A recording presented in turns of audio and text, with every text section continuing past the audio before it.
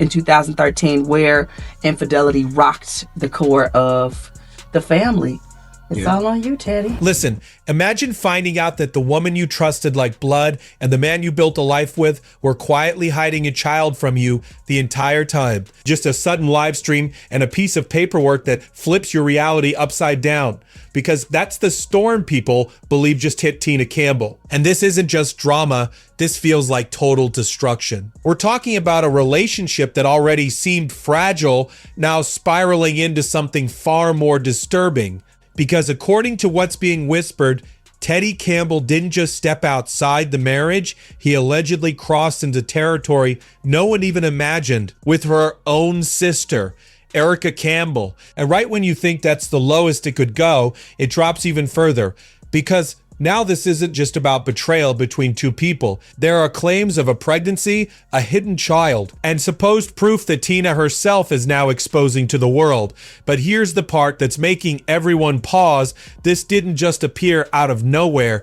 People are digging through past interviews, resurfacing old clips, rewatching moments that once felt normal, now questioning if something deeper was always there, concealed in plain sight, while audiences applauded and believed everything was fine. And this is where things take an even darker turn, because if what Tina revealed holds up, if that document truly says what people believe it says, then this isn't just a scandal. This is a complete unraveling of a family. Now, the internet is divided. Some refuse to believe it's real. Others are saying it connects too many dots to ignore. And the silence from everyone involved, it's only making the noise louder. So now the real question becomes, was this a hidden truth finally breaking through, or just the beginning of something even more explosive? Wow. You know what I mean? A lot of fear that my wife wouldn't understand if I told her the issues and problems I was having. Because when me and Tina started dating, she didn't know that much about me.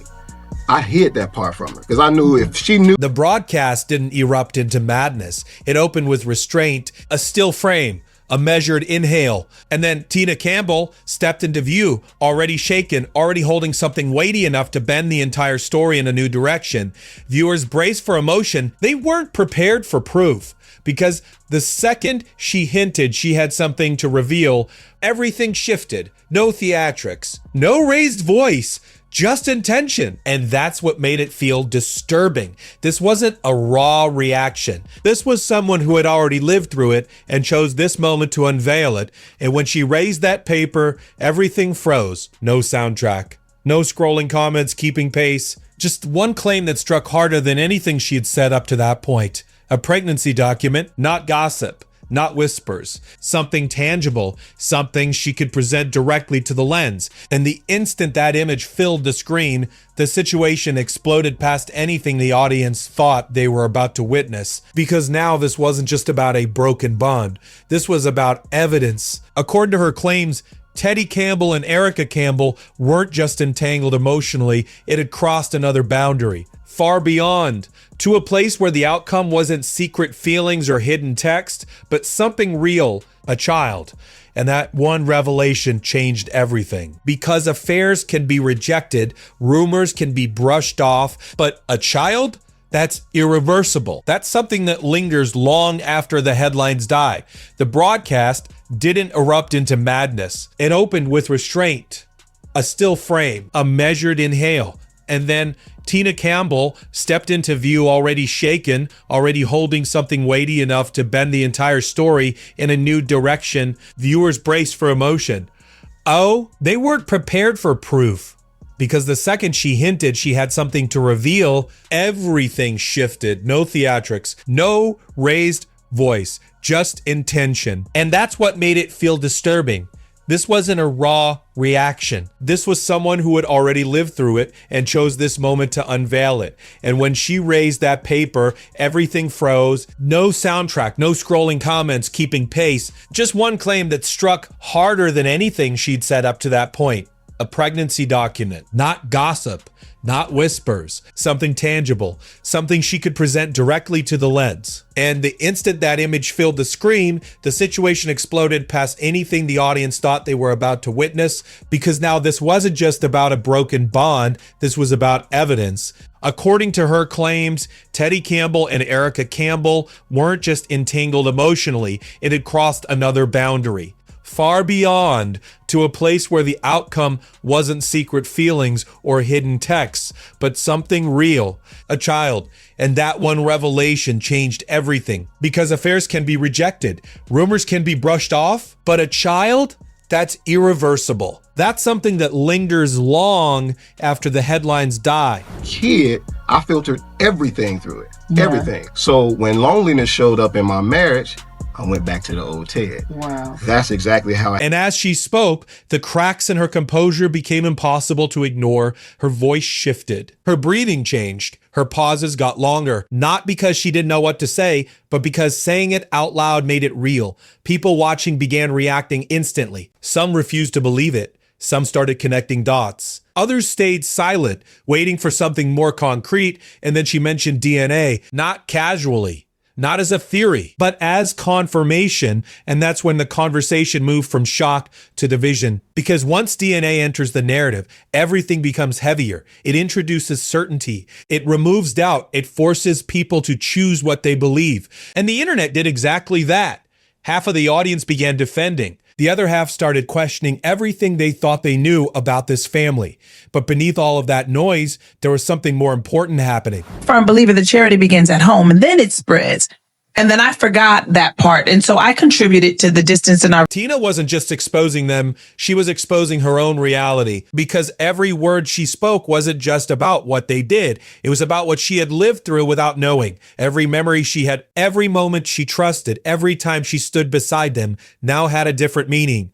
And that realization doesn't just hurt, it destabilizes, because when your past changes like that, your present doesn't feel real anymore either. That's why her breakdown didn't feel sudden. It felt inevitable, like something that had been building long before this live ever started. And as the stream continued, it became clear that this wasn't the end of what she had to say. It was the beginning of something much bigger. Because when someone reaches the point where they stop protecting the people who hurt them, there's usually more waiting behind that first reveal.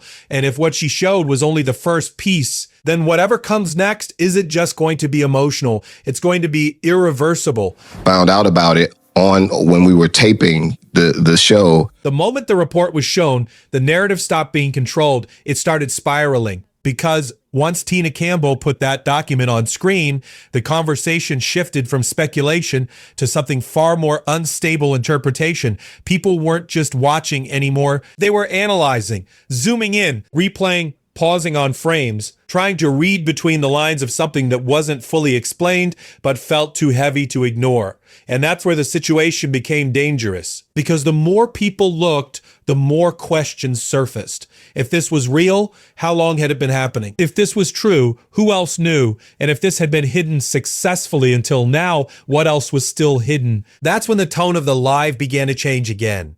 Tina wasn't just presenting something, she was unraveling. Her words became less structured. Her pauses became longer. Her emotions started overriding her delivery. And the more she spoke, the clearer it became. This wasn't a controlled exposure, it was a release. A breaking point that had been reached long before the camera ever turned on, because now she wasn't just talking about what she found, she was talking about what it meant, the years she had invested, the version of her life she believed in, the reality she thought she was building alongside Teddy Campbell. All of it suddenly questioned, all of it reinterpreted through the lens of what she was now claiming. And then she introduced another layer, not louder, not clearer, just enough to push the situation further into uncertainty. She suggested that what she had uncovered might not even be the full story, that there were still pieces missing, that what looked like betrayal could actually be something more structured, something more intentional. The idea of a hidden arrangement, a relationship that wasn't just secret,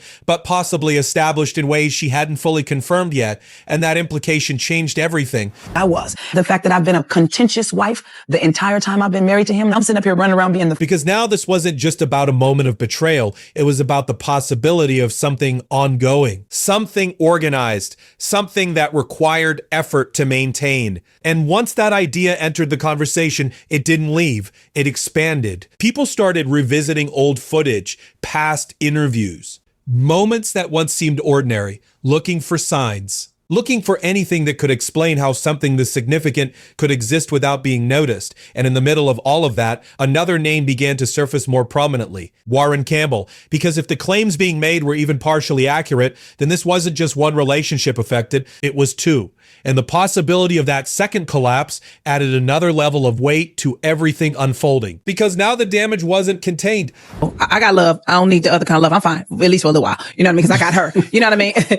And so I'll he check was in just with you next month. It was spreading across relationships, across families, across a public image that had been carefully built over years. And yet, there was still no response, no confirmation, no denial, no attempt to address what was now being discussed across every platform. And that silence began to take on its own meaning, not as proof, not as defense, but as space. Space for interpretation, space for speculation, space for the narrative to grow beyond what was originally said. Because when a story like this isn't immediately challenged, it evolves. And the longer it remains unanswered, the more permanent it starts to feel. That's why The Live didn't just create a moment. It created momentum, a shift in perception that couldn't easily be reversed. Because even if every detail isn't confirmed, the image has already changed. And once that happens, the original version of the story no longer exists. Only what people believe replaced it. And right now, what people believe is still forming, still moving, still building towards something that doesn't look like it's going to settle anytime soon. The person who it was, she used to work for me. And so that broke my heart. She was like a godmother to my children. By the time The Live ended, the damage wasn't contained to a single moment. It had already spread across timelines, across relationships, across every version of the story people thought they understood. Because what Tina Campbell did in those minutes wasn't just emotional. It was strategic, not in the sense of planning every word, but in choosing the moment when silence no longer served her. And that decision changed the balance completely. Before that night, everything existed in fragments, rumors, whispers, inconsistencies that could be ignored or explained away. After that night, there was a focal point, a single event people could return to, replay, analyze, and question from every angle. And that's what turned this from a private collapse into a public unraveling. Because once the audience has something to hold on to, something visual, something specific, the narrative becomes harder to control. And that's exactly what happened. Clips began circulating immediately. Sections of The Live were cut, reposted, slowed down, enhanced. People weren't just reacting anymore. They were building timelines, trying to map out how something this significant could exist without being exposed earlier. And in doing that, they started connecting dots that may or may not have ever been connected before. Old appearances were revisited. Conversations were reinterpreted. Expressions that once meant nothing suddenly carried weight. Every detail became potential evidence. And that's when the situation moved into a phase that no one involved could easily stop. Because once the internet starts reconstructing a story, it doesn't rely on what's confirmed. It relies on what feels consistent. And he was like, Tina wants to know, and da-da-da-da-da. And I said, are you sleeping with my husband?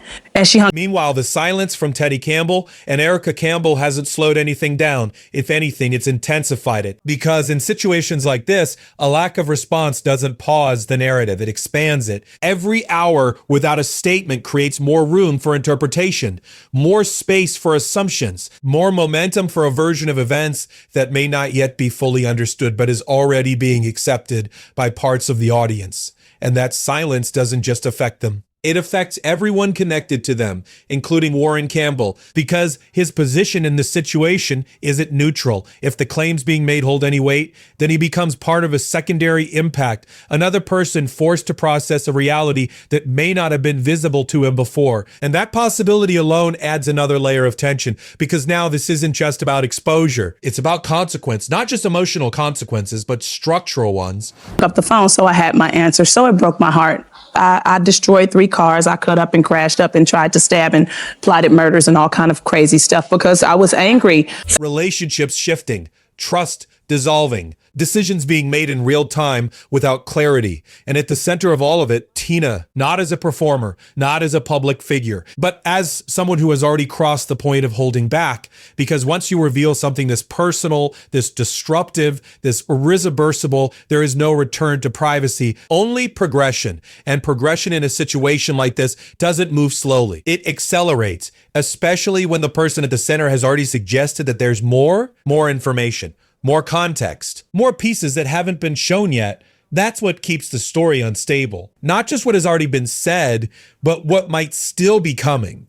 Because if the first reveal was enough to shift perception this dramatically, then anything that follows has the potential to redefine it completely. And that's where the uncertainty becomes the most powerful element of all. Not knowing what's next, not knowing what's confirmed, not knowing which parts are incomplete, just knowing that something significant has already changed, litigant something significant has already changed, and that whatever comes after this won't just clarify the situation, it will reshape it. Because once a story reaches this level of exposure, it stops being about what happened and starts being about what people believe happened. And belief once formed at this scale is almost impossible to reverse. And just when it seems like every boundary has already been shattered, it hasn't. Because what pushes this into even more dangerous territory isn't only what's already been revealed, it's what hasn't been revealed yet. Insiders are now suggesting that Tina Campbell didn't press go live just to respond. She went live to initiate something, a calculated rollout, a first move.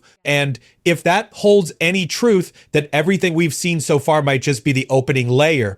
Because step back for a second, a document is displayed, accusations are made, identities are exposed, yet there's still no full story, no detailed timeline, no complete breakdown of events. That kind of quiet, it doesn't end a situation, it expands it. At the same time, the silence from Teddy Campbell and Erica Campbell is beginning to reshape the entire narrative in ways no official response ever could. Because now the audience isn't waiting to be told what's true, they're deciding for themselves. And once the public starts connecting dots on its own, control disappears from the people at the center of it. It turns into something larger, something unpredictable, something that can't be contained. So now everything comes down to one question: what happens next? Does more proof surface? Do they finally break their silence? Or does this evolve into a slow, very public collapse where each new revelation hits harder than the one and that's before? when another Because name entered the if even conversation part of in a what's way been it hadn't shown is before. accurate, Warren then Campbell, this isn't about not as a managing a secondary situation figure, anymore. but as This part is of the the aftermath. explanation. And the He didn't reality present is, it as speculation. aftermath doesn't fade He didn't quietly. frame it as a rumor. It spreads. He